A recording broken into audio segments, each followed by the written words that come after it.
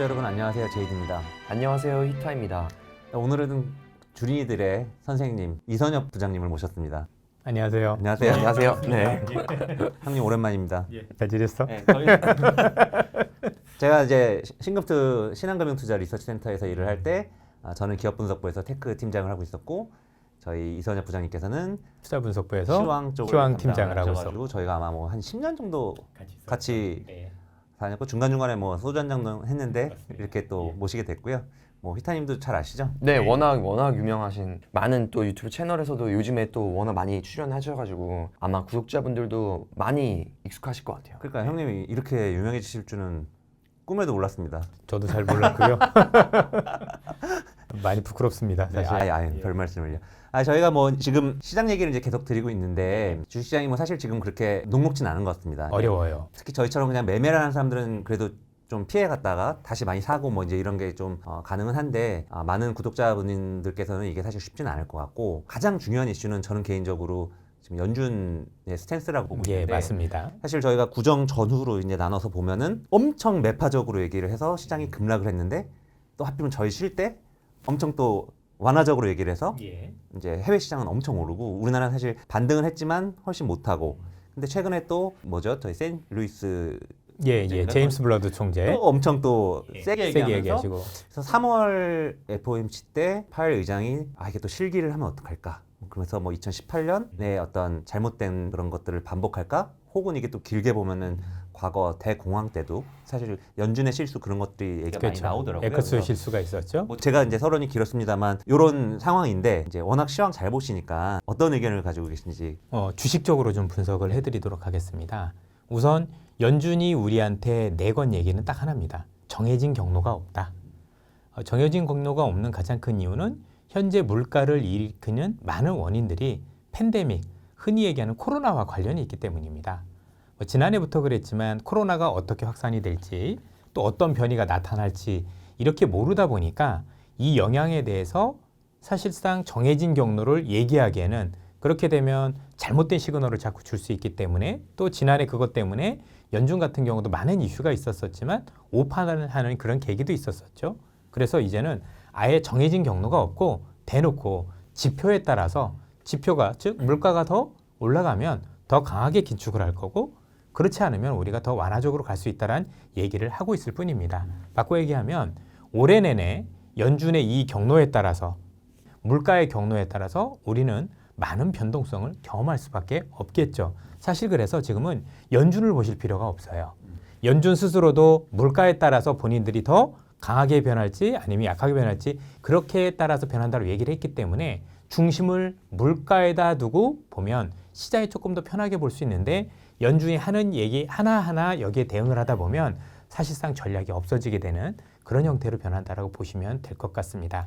특히 이제 뭐 지난해부터 연준이 말을 바꿨던 이유는 조금 아시고 가실 필요가 있는데 연준이 원래 물가에 대해서 일시적으로 표현했었을 때는 공급 측면의 이슈, 즉 공급이 잘 안 되니 이게 물가를 올렸다라고 판단을 했었었는데 지난 연말 12월이었었죠. 12월 FOMC부터 그동안 자기들이 우려했던 걸 보기 시작한 겁니다. 그건 뭐냐면 수요 측면에 변화했던 거죠. 특히 우리가 알고는 고용이 생각보다 훨씬 더 탄탄하다 보고 이 고용이 좋아지고 나면 사실 금리를 올릴 수밖에 없거든요. 그런데 더 중요한 건 올 1월에 FOMC 끝난 이후에 나왔던 소비자 물가 지수는 더 경약스러웠어요.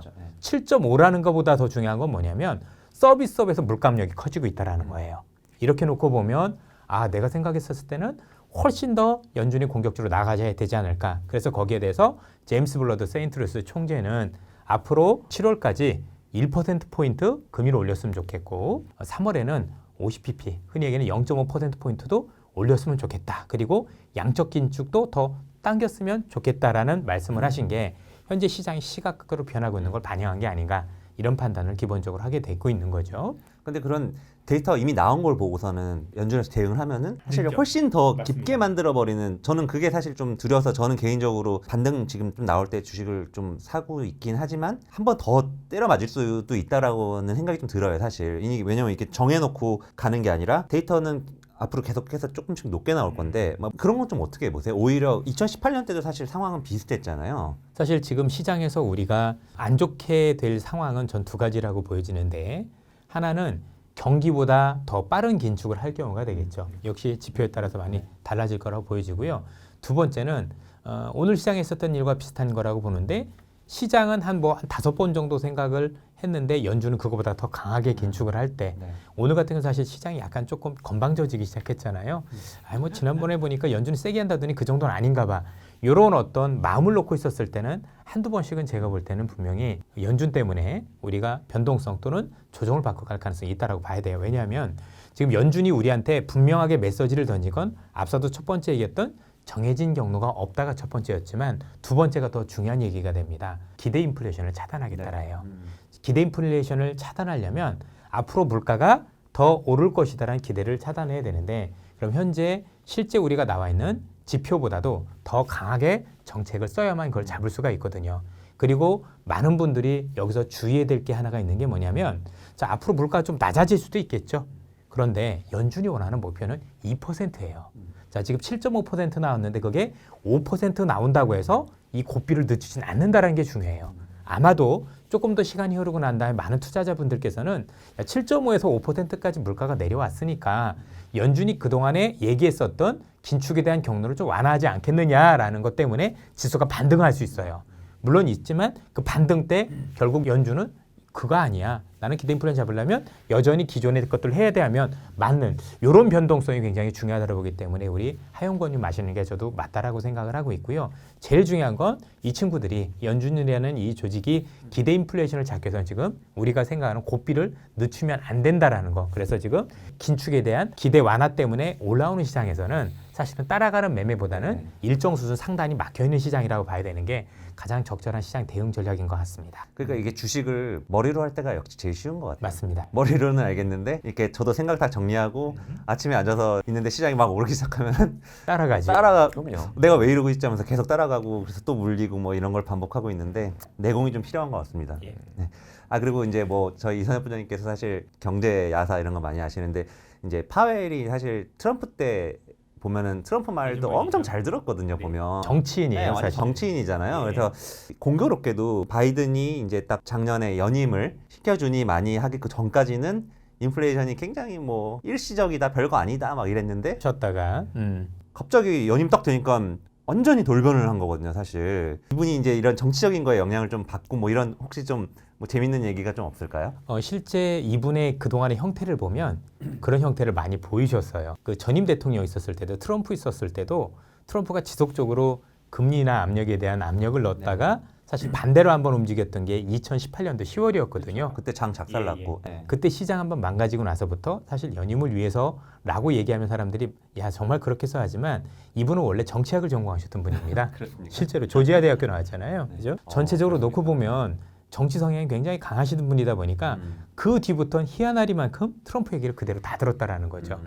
자, 그럼 지금도 그 성향을 그대로 가지고 있다라고 우리가 가정을 하면 미국이 이제 11월에 중간 선거가 있게 되지 않습니까? 중간 선거에서 바이든 대통령이 성공을 거두게 하려면 지금 분명히 물가를 잡아줘야 되는 거고요. 특히 상반기에 효과적으로 이걸 눌러야 하반기에 안정된 물가를 통해서 성장에 대한 기대가 올라가겠죠. 물론 이게 현재 바이든의 생각대로 또는 현재적으로는 파월의 생각대로 될지 우리가 볼 필요는 있겠지만 전체적으로 이를 바탕으로 시장의 그림을 그려보면 상반기에는 좀 상단이 맞춰 있다고 하더라도 뭐 올라가는 걸 반복하고 또 거기서 또 맞고 내려오고 반복할 수 있겠지만 하반기에는 이 인플레이션이 어느 정도 통제가 되면서 좋아질 수 있는 그림을 그리는 것도 제가 볼 때는 이런 정치적인 성향을 이용할 수 있는 주식쟁이들의 어떤 또 다른 어떤 살아가는 필살기가 아닌가 생각이 듭니다. 네. 불확실성이 어쨌든 계속 유지가 되는 어떤 한 해로 보시는 거고 그게 지금 그 의외의 사건이 벌어질 수가 있어요. 지금 많은 분들이 변수를 집어넣지 않은 게 사실은 중국이에요. 어떻게 보면 지금 공급 측면의 물가가 내려오지 않는 가장 큰 이유가 중국이 코로나에 대해서 너무나도 심한 봉쇄를 하고 있기 때문인데 이 봉쇄가 사실은 정책이 바뀌면 저는 굉장히 중요한 변수라고 생각을 해요. 중국이란 나라가 현재 취하고 있는 이 봉쇄를 특히 올림픽이 끝나고 전인대가 끝나는 3월이 지나고 바꾸게 되면 중국이 그동안 움츠렸던 소비도 좋아질 수 있고 동시에 이 봉쇄가 풀리면 물류부터 해서 다 좋아지기 시작하거든요. 물가가 의외로 많이 내려갈 수도 있어요. 그렇게 되면 우리가 생각하는 연준도 이제 운신의 폭이 되게 좋아지고 우리가 생각했던 것보다도 지수에 대한 반등폭도 커질 수 있다는 점도 저는 분명히 주지를 하고 넘어가야 될 것 같아요. 이미 그리고 중국은 실제 지표가 그렇게 좀 보이는 부분도 좀 있는 게 예, 보더라고요. 맞습니다. 네. 예. 선행하는 또 모습을 또 중국이 좀 보여주면은 또 연준도 좀 스탠스가 변할 수도 있지 않을까. 또 저희는 거기서 또 잘 추이를 보면서 대응을 하면 될 것 같습니다. 사실 지금 뭐 나온 얘기면 조금 더 말씀드리면 네네네 얼마든지요. 네. 네. 지금 리오프닝에 대해서 굉장히 사람들이 리오프닝만 많이 생각을 하시는데 제가 다음 질문 준비해놨는데 그렇게 질문해 그 질문 이미 한 거예요. 하세요. 죄송합니다. 이 리오프닝이 주는 함의가 어떤 함의가 있는지 저는 잘 아셨으면 좋겠어요. 이전에 비해서 리오프닝이 굉장히 강하게 진행이 되고 있고 뭐 이미 우리보다 먼저 오미크론을 겪었던 국가들은 아주 다 풀어주는 정책으로 가고 있죠.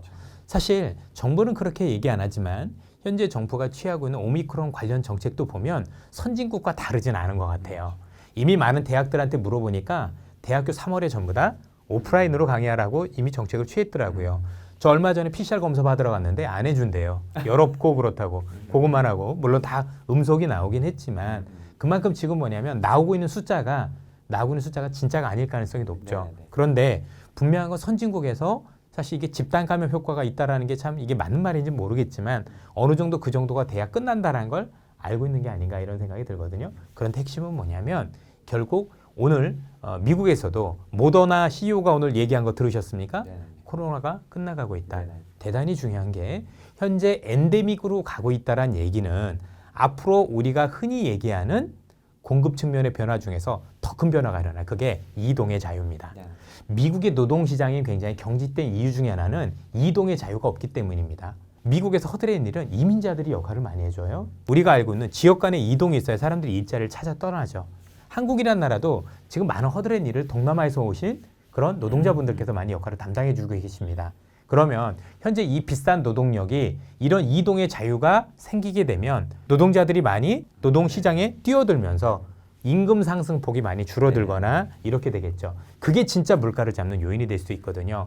궁극적으로 지금 취해지고 있는 이 리오프닝에 대한 시작이 물가에 대한 정점을 알리는 강력한 시그널일 수도 있다는 부분을 전 주시해 주셨으면 좋겠어요. 이런 이유로 리오프닝이 시세가 또 센 그러니까요. 이런 식으로 생각 알고는 있었는데 진짜 청산 유수시네요.